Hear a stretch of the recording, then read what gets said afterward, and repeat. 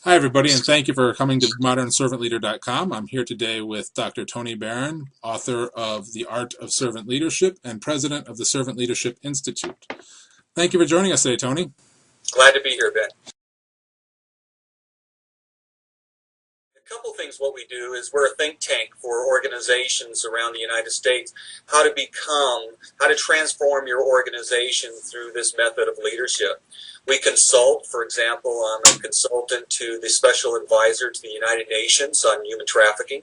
Wow. I'm consulting with a United States Senator candidate that wants to make servant leadership a big part of how they lead their organization, how we can return to becoming a public servant as opposed to being a lawmaker. Wow, that's fantastic. And focus on that. We work for large organizations. In fact, this week I'll be speaking to the second largest retail organization in terms of selling chicken, Popeyes. It's a $2 billion organization. To smaller companies. I speak to for-profit and non-profit, so we do a lot of training, consulting, and coaching. Wow, that's fantastic, and that's some great organizations. It's fantastic to hear servant leadership getting into some of those circles, so thank you for what you're doing. And one of the neat things we also do, Ben, is that we have an annual winter conference where we bring in keynote speakers like Ken Melrose from Toro Company. Colleen Barrett will be next year with us from Southwest Airlines. Gary Ridge from WD-40. Many organizations that are committed to servant leadership come to these conferences. In the last 2 years, we've been really fortunate. They've been sold out very early. That's fantastic. Yeah, I saw your conference. I regret I couldn't make it there this year. I'm hoping to make it next year. And I'm glad you mentioned Ken Melrose, because for the record, his book, Making the Grass Greener on Your Side, I think is one of the most... how do I describe it? It's one of the best books that is sort of a well-kept secret. There's too many people who don't know about his book as well, as you know, and it's a good one too. It's an excellent book, and one of the things I love about Ken is most organizations don't believe a publicly traded company could use the servant-led model. Exactly. And Ken just destroys that particular myth easily, because Toro is a great example of servant leadership, primarily through the leadership of Ken Melrose. Exactly. Yeah. No, I love it. Love it. Well, there's several ways depending on who the audience is. I basically tell them it's leadership for the sake of others. And the basic measurement of success for that leader is the same one that Robert Greenleaf would talk about, is that those you lead, are they better off than they were before? Not only just financially, but are they better off growing as people? Are you really training them for the sake of others as opposed to the sake of yourself? And then my personal definition is tied to that, is that every leader should inspire, equip, and encourage those they influence in order to make a positive difference in a world that maximizes people, profit, and planet. I like that. I like that. It covers a wide base, which is, I think, also an area that a lot of people who speak about servant leadership, I've come to realize, tend to focus on one area, whether it's they're saying you're serving your employees or you're serving your stakeholders. What I like about your definition, and I saw this in the book, is that you have that broader stakeholder perspective of it's not just really about one particular group, but about serving others before yourself, and I think that's fantastic. Exactly, and that's why many times I'll talk to CEOs and I say you do have a threefold responsibility. You do have to inspire, because we live in a world that's often been so focused on self-interest, and so you have really transactional leadership. They use people simply as a utility, a tool. So most of the employees often think the only reason that they're there is for you to make money, save money, increase production, cut costs, or solve problems. There's got to be more to leadership than that. And then you got to provide them the tools to be successful, to equip them. And then, because we're all imperfect individuals, you have to encourage them so that you can add to that creativity that's so very important in our day of innovation. Yeah. Yeah, how true.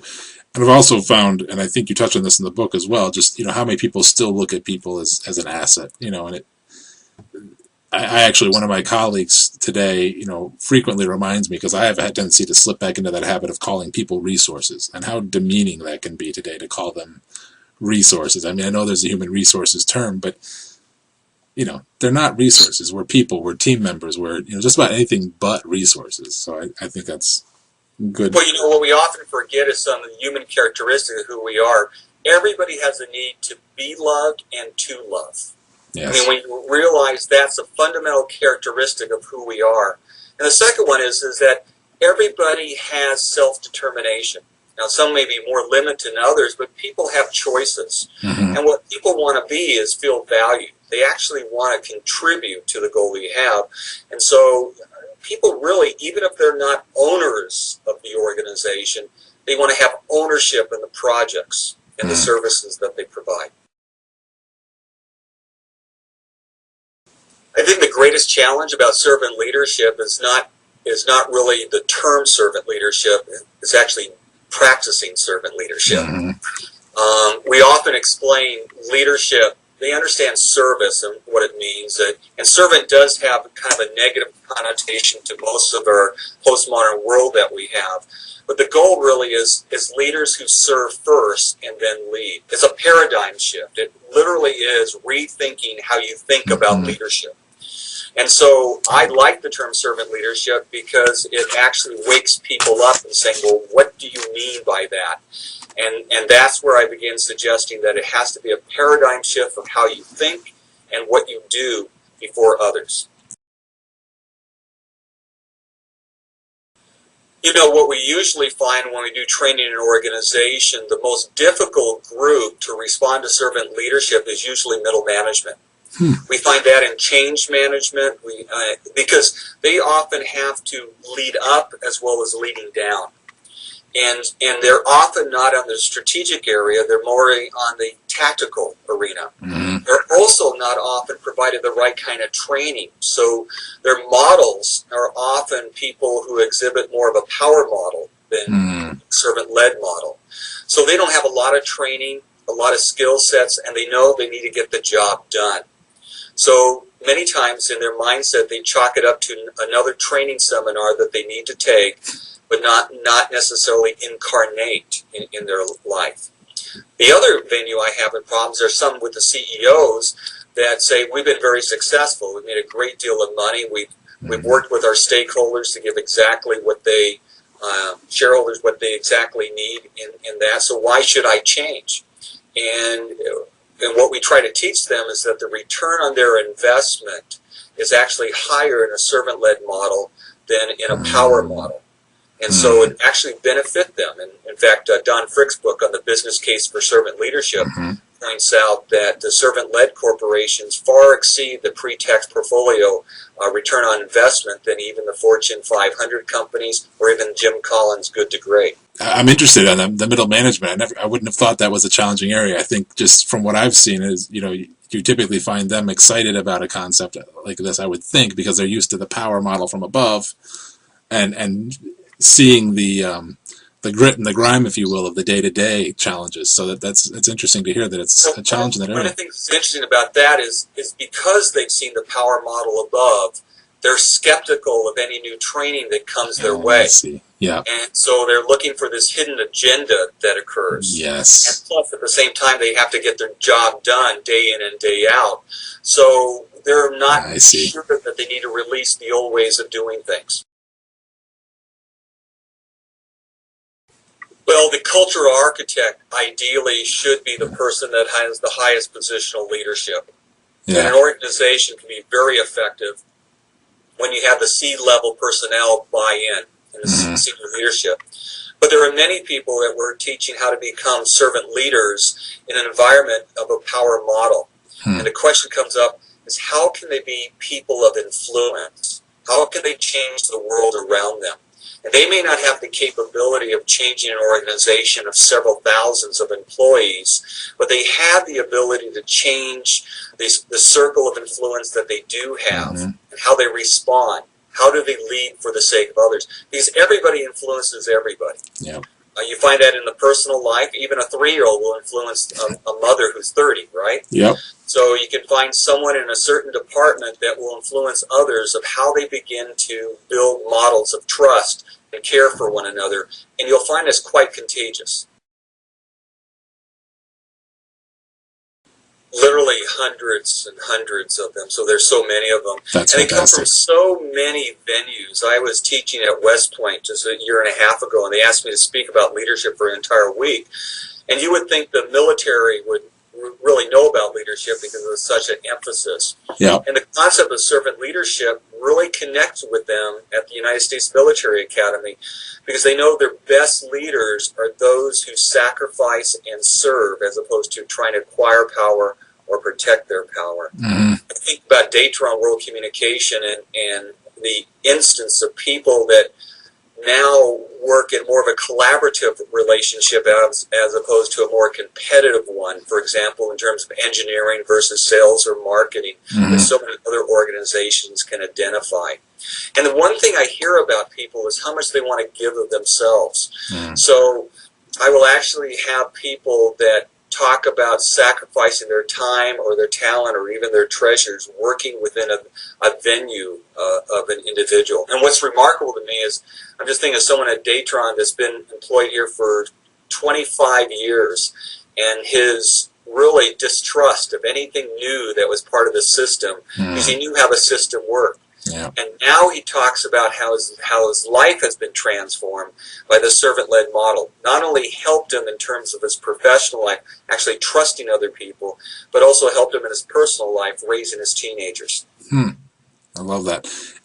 And I have to go back to the military thing because I love the military example. A lot of we were talking earlier about some of the preconceived notions of servant leadership that are often incorrect, and the weak management style that you often hear people refer to it. And I just love saying, well, there's actually the military is one of the greatest examples of servant leadership. So if you consider the military weak management or soft management, then yeah, I guess you're right. So that's great.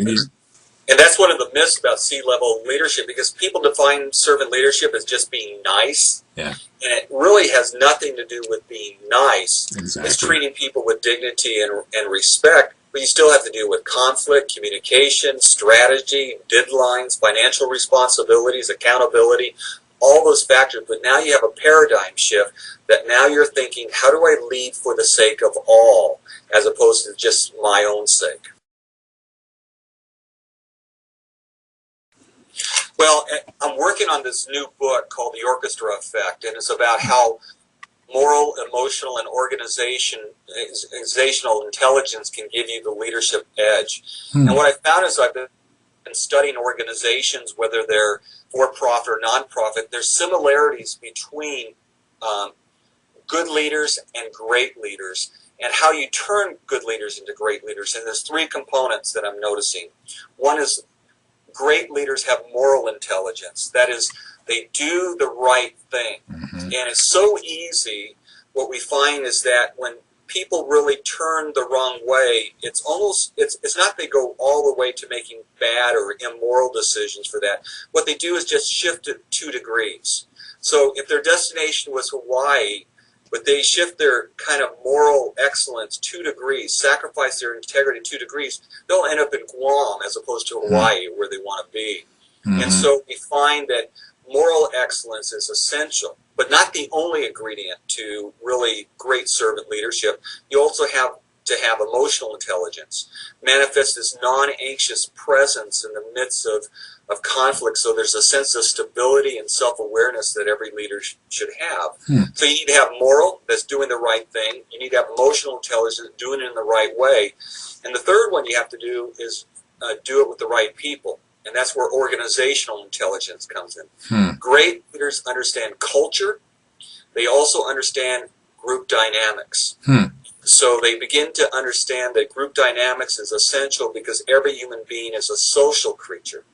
And as a result of that, the dynamics you use to interact with them, to do the dynamics that works best for them, is going to be critical for a person to motivate their company to maximize all their abilities that they have for people, for the profit, and also for the planet. It's those three dimensions that are important: moral, emotional, and organizational intelligence. That's really necessary for an effective servant leader.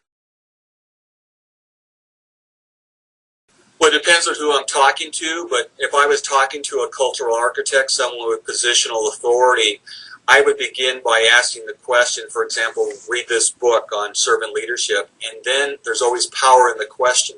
Tell me what you think. Does it work in your organization? What are some of your perceived problems that you would have for this? What are the things that really stand out for you in terms of quality leadership? And so in the power of the question, you begin to see the validity of this method of stewardship in leading others as a servant leader. To those that, as they begin the process, I would implement a program like Datron, for example, has 3 levels of servant leadership training that every employee goes through. It has 15 hours level 1, 15 hours of level 2, and 15 hours of level 3. Wow. So everyone's using the same terminology. Everybody begins to understand what servant leadership really means to overcome some of the myths. And then they talk in level 3, the strategic problems, everyday problems that are cross-functional with one another. And how does a servant leader solve those problems, think through some of the approaches they need to make. So that training, I think, would be good. For leadership, I always recommend a coach. I just think it's really helpful for someone that's neutral but still committed to that individual to say, well, tell me about that. Why are you thinking those things? We do know there is a psychological route to corporate failure.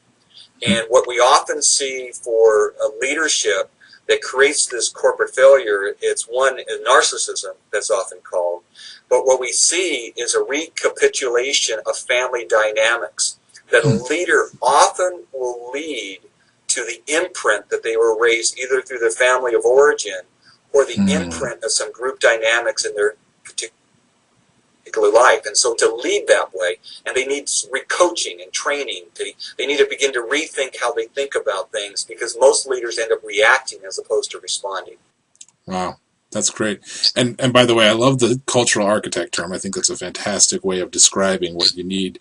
And you mentioned, the book, I don't think you were specifically referring to yours, but I love the way in your book as well, The Art of Servant Leadership, how you do that. In each chapter you have a list of questions. So it really is an excellent tool, I think, for anybody who's looking to do that, to begin influencing servant leadership into their organization, because it provides that forum, that discussion. Table topics, I think, is a term you use in that book, which is fantastic. So thank you for that. Well, Tony, thank you again. For anybody who's interested, I highly recommend his book, The Art of Servant Leadership. And Tony, you mentioned you have another book coming out soon as well. At the end of the year, we have another book called The Orchestra Effect, How Moral, Emotional, and Organizational Intelligence Can Give You the Leadership Edge. If you're interested in contacting us, just contact us at www.forthesakeofothers.com. I love that. forthesakeofothers.com. I love that web address. That's great. Well, thank you again for being with us today, Tony. This has been fantastic information. I really appreciate it. And I'm hoping to maybe have some time with you again in the future to dig a little bit deeper, because I feel like we've just touched the surface, but this is great information. I'm sure people are really going to appreciate it. So thank you so much for not only this, but for all you do at the Servant Leadership Institute, Tony. Thank you, Ben. Take care. Bye-bye.